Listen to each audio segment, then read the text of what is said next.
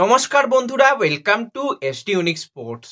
তো এই ভিডিওটা হতে চলেছে ইস্ট বেঙ্গল বনাম কেরালা ব্লাস্টার্স ম্যাচ নিয়ে। ঘরের মাঠে মধুর প্রতিশোধ নিল ইস্ট বেঙ্গল, এটাই বলতে হয়। কালকে কোনো রকমভাবে ম্যাচ রিভিউ দেওয়া আমার পক্ষে সম্ভব হয়নি, কারণ তোমাদের জানিয়েছিলাম পারিবারিক বিবাহ অনুষ্ঠান রয়েছে, সেখানে বেশিরভাগ সময় থাকতে হবে।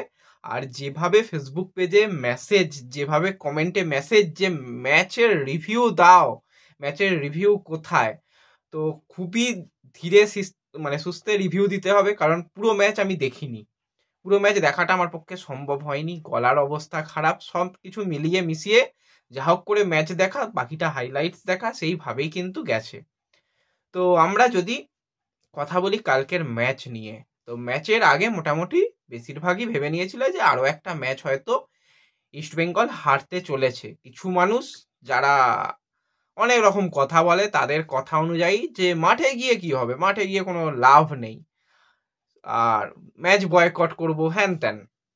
কারণ কমেন্ট আমি সবারই দেখি, প্রত্যেকের কমেন্টে আমি একটা করে হলেও লাভ রিয়াক্ট দিই, যেটা এই আমাদের ইউটিউব সোশ্যাল মিডিয়াতে কেউ দেয় বলে আমার মনে হয় না, কিন্তু আমি প্রত্যেকের কমেন্ট দেখি, ভালো কমেন্ট খারাপ কমেন্ট সমস্ত কমেন্টই দেখি। তো যাই হোক, কালকের ম্যাচের প্রথম আমরা লাইন আপ নিয়ে যদি কথা বলি, কারণ লাইন আপ নিয়ে ভিডিও সকালের দিকে দিতে পেরেছিলাম, আগে থেকে রেডি করে নিয়ে যা হোক করে দিয়েছিলাম। তো লাইন আপে আমাদের লাইন আপ যেটা আমরা বলেছিলাম, সেই লাইন আপের 100% লাইন আপ মেলে।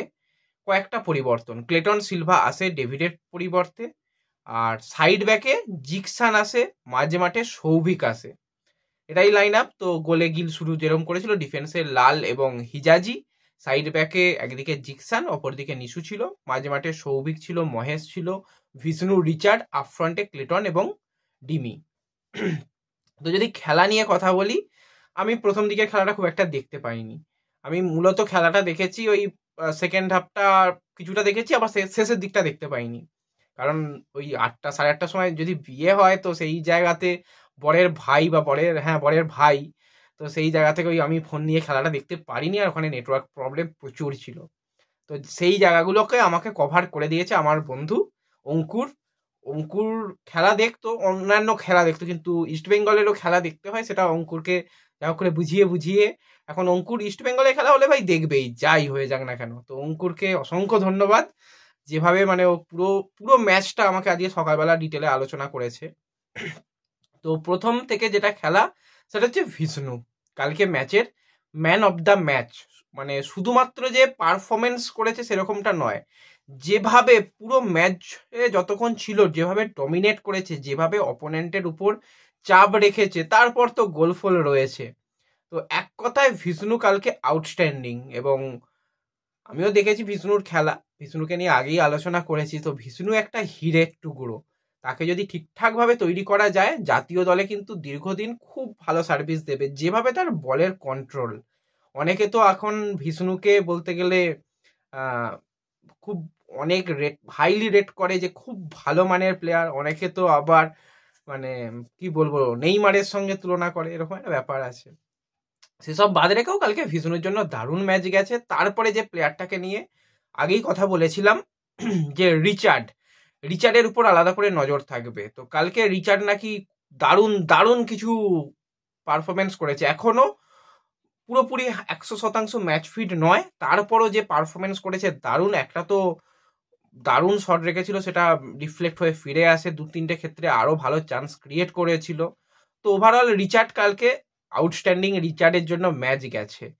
হোম ম্যাচ রিচার্ড প্রথম খেললো, সেখানে পুরো 3 পয়েন্ট গ্যালারিতে যেরকম যারা সমর্থক ছিল, যেভাবে সেলিব্রেশন, যেভাবে সমর্থকদের কাছাকাছি রিচার্ড আসতে পেরেছে, তো সেক্ষেত্রে রিচার্ডের জন্য খুব ভালো গেছে। তারপর যে প্লেয়ারের কথা বলবো, সেটা হচ্ছে নাওরেম মহেশ সিং। তো মহেশকে অস্কার কিন্তু অ্যাজ এ উইঙ্গার হিসাবে দেখছে না, মহেশকে কিন্তু অস্কার একদম পারফেক্ট নম্বর 10 হিসাবে দেখছে, যে অ্যাটাকিং মিডিও হিসাবে খেলতে পারবে। কারণ মহেশের যেটা চেহারা, সেই জায়গাতে অ্যাটাকিং মিডিওতে খুব ভালো করতে পারবে। মাদি তালালের চেহারা, মহেশের চেহারা প্রায় এক। মাদি তালাল আরেকটু হয়তো ওয়েটটা বেশি বা একটু বডিটা মানে আরেকটু শক্তিশালী, কিন্তু এই একই রকম। তো কালকে যে কটা মানে সামনের দিকে মহেশ পাস বাড়িয়েছিল, দারুণ দারুণ। সৌভিকের সঙ্গে যেভাবে পেয়ার আপ করে খেলছিল, দেখে মনে হচ্ছে একদম পারফেক্ট নাম্বার 10। যেন মনে হচ্ছিল ব্র্যান্ডন যদি 2-3 বছর আগে এরকম ঠিক ব্র্যান্ডন খেলতো, ঠিক মনে হচ্ছিল যেন ব্র্যান্ডন খেলছে। হ্যাঁ, তার ওই বডি স্ট্রাকচারটা একটু প্রবলেম, বাদ বাকি বল কন্ট্রোল, সামনে বল দেওয়া প্রত্যেকটা জায়গায় ভালো করেছে ক্লেটন। তাকে থ্যাংক ইউ বলার সময় এসে গেছে। 22টা ম্যাচে কোনো গোল নেই। কালকেও ক্লেটন একটা ফ্রি কিক পেয়েছিল, সেখান থেকে একটু অন্যরকম পরিকল্পনা করেছিল, যাই হোক সচিন সুরেশের হাত থেকে বল বেরিয়ে যায়, সেক্ষেত্রে প্লেয়াররা অ্যাটাক করেও গোল হয়নি। খুব বেশি কিছু পাওয়ার নেই। হ্যাঁ, ক্লেটন কালকে যেটা বিষ্ণুকে বল বাড়িয়েছিল সেটার প্রশংসা করতে হবে। ওই তো মানে পুরাতন চাল ভাতে বাড়ে, এক্সপিরিয়েন্সটা কাজে লাগবে, এর বেশি তার দেওয়ার মতন কিছু বেশি আছে বলে মনে হয় না। আরও একটা ক্ষেত্রে ভালো চান্স পেয়েছিল, সেখান থেকে করতে পারেনি। ডিমি কিন্তু কালকে হাত পা ছুঁড়বে, ওটা একটু ওর স্বভাবই রয়েছে।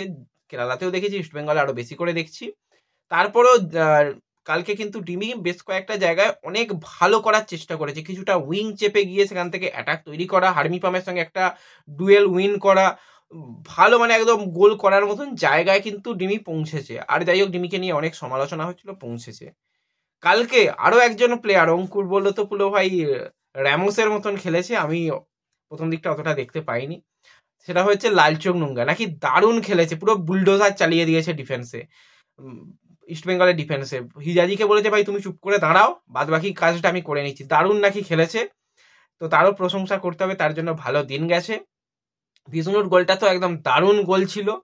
আর হিজাজি অনেক দিন বাদে গোল করে ভাই একটু আলাদা রকম সেলিব্রেশনও করেছে। হিজাজিকে নিয়ে অনেক কথাই উঠছিল। দেখো, আপ ডাউন প্লেয়ারের যায়, এবার হিজাজি কখনোই সেই মুদ্রাটা ফল বা অ্যালবার্টোর মতন প্লেয়ার কোনোদিনই ছিল না, কোনোদিনই নয়। সে ওই রকমই হালকা পাতলা ডিফেন্ডিং করে, এবার ভুলও করে, কিছু ম্যাচে ডুবিয়ে দেয়, কিছু ম্যাচে গোল করে, এরকম মানে ওই মিক্সড ব্যাপার। আর কখনো হাইলাইন ডিফেন্সের জন্য হিজাজি নয়, একদম ব্লকার হিসাবে যদি একদম নো ননসিং ডিফেন্ডিং করো তো হিজাজি তাহলে কিন্তু বেস্ট দেওয়ার চেষ্টা করবে, তারপরে ভুলভ্রান্তি হয়। তো হিজাজি যাই হোক গোল করেছে, সেখানে ইস্টবেঙ্গল এগিয়ে যায়। আর শেষের দিকে ড্যানিশ ফারুক ব্রিলিয়ান্ট গোল করেছে, ওয়ার্ল্ড ক্লাস গোল, কাউকে দোষ দেওয়ার জায়গা নেই। হিজাজি প্রথম বল ক্লিয়ার করেছিল, জিকসান ওখানে কিছু করতে পারেনি, ওখানে সুন্দর একদম ভলি দারুণ মাপের গোল হয়েছে। তো এক কথায় ড্যানিশের গোলটা দারুণ ছিল। তারপর কার কথা বলতে হবে, লুনাও ভালো করেছে। তো ভালো বললাম না যে সৌভিক চক্রবর্তী যদি দায়িত্ব নেয় লুনাকে আটকানো, তো লুনা আটকে যাবে। আর হ্যাঁ, জিকসান সাইড ব্যাক নয়, জিকসানকে অনেকে অনেক কিছু বলছে।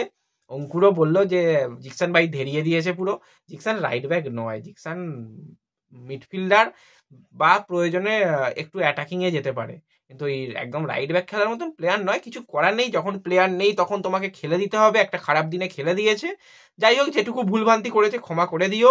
ওভারঅল কালকে যে ম্যাচ হয়েছে দারুণ দারুণ হয়েছে, প্রচুর মানুষের স্কোর লাইন মিলেছে, সেগুলো আমি দেখে পরের ভিডিও জানিয়ে দেবো। গলার অবস্থা খারাপ, সেইভাবে যদি কোনো জায়গা মিস করে গিয়ে থাকি, পুরো ম্যাচ আমি দেখিনি বলে বলছি, যদি মিস করে থাকি তো অবশ্যই কমেন্টে জানিও। আর এভাবে সাপোর্ট করো, যেভাবে তোমরা ফেসবুকে মেসেজ করেছো, ইউটিউবে কমেন্ট করেছো যে ম্যাচ রিভিউ দাও। কালকেও চাপে থাকবো, তাও চেষ্টা করবো অনেক কিছু আপডেট আছে সেগুলো দেওয়ার। তো দেখা হবে পরবর্তী ভিডিওতে, ধন্যবাদ।